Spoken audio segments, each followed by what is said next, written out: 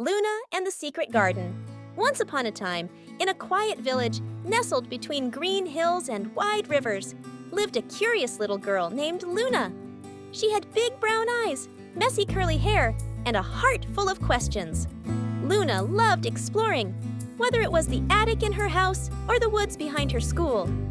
One day, while walking through the forest, Luna stumbled upon something unusual. Behind a thick curtain of ivy, she found a small wooden door hidden in the hill.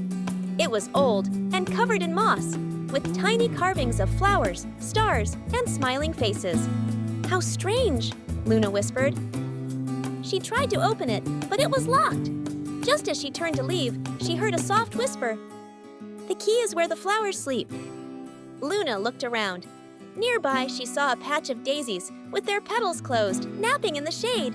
She gently moved the flowers aside and, to her surprise, found a small silver key buried in the soil.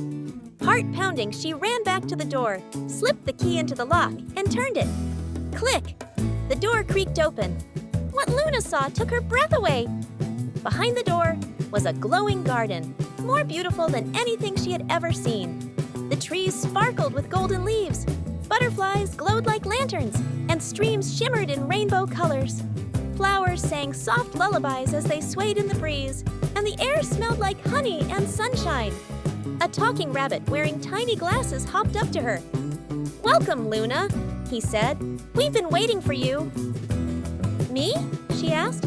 "But I've never been here before." "True," the rabbit nodded. "But only children with brave hearts and kind souls can enter the secret garden. And today, we need your help." He introduced himself as Professor Whiskers and led her to a circle of animals gathered near a fountain. "The garden is losing its magic," he explained. "The crystal flower, which gives life to all, has dimmed. If it fades completely, our world will disappear." Luna gasped. "What can I do?" "You must find the pieces of the crystal flower's light," said Professor Whiskers. "They are hidden in 3 magical places: the Laughing Lake, the Tree of Time, and the Cave of Clouds." Without hesitation, Luna agreed. The animals cheered, and a soft wind lifted her feet as a path formed beneath her. First stop, the Laughing Lake. The Laughing Lake was filled with giggling water. Every splash echoed with laughter. But the lake was crying today. A friendly frog told Luna, "The lake only laughs when it hears true joy. We need a happy memory." Luna thought hard, then smiled. "I remember when my baby brother took his first steps and hugged me. I felt so happy." As she spoke, the lake sparkled and began to giggle. A beam of light rose from the water, forming the first piece of the crystal flower. Second stop, the Tree of Time. The Tree of Time was ancient, with glowing rings on its bark. It whispered stories of the past and future. To find the light here, Luna had to answer a riddle from a wise owl. What is something you can give away and still keep? Luna thought for a moment and answered, "Kindness." The owl smiled. "Correct, young one."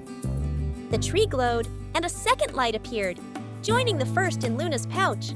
Final stop, the Cave of Clouds. The Cave of Clouds floated above the ground. A gentle wind lifted Luna, and she drifted inside. Inside the cave, mist swirled, and Luna heard voices of fear. "I'm not good enough. I'm too small. I can't do this." "These are the fears of children," said a soft voice. Luna walked forward and whispered, "Everyone is special in their own way. You just have to believe in yourself." The fears faded, and the clouds parted. The third and final light appeared. Back in the garden, Luna placed the 3 lights into the center of the crystal flower. It began to glow brighter and brighter until the whole garden shimmered like the stars. The animals danced, the trees swayed, and music filled the air. "You did it!" cheered Professor Whiskers. "You've saved the secret garden." Luna beamed with joy. "But I must go home now," she said softly. The animals nodded. "The door will always open for you," said the rabbit. Luna stepped through the door and found herself back in the forest. The ivy curtain was still there, but the door had vanished. She looked up at the sky, wondering if it had all been real. But in her pocket, she found a petal from the crystal flower, glowing softly, like a dream come true. From that day on, Luna knew that magic was real, not just in secret gardens, but in kindness, courage, and believing in yourself.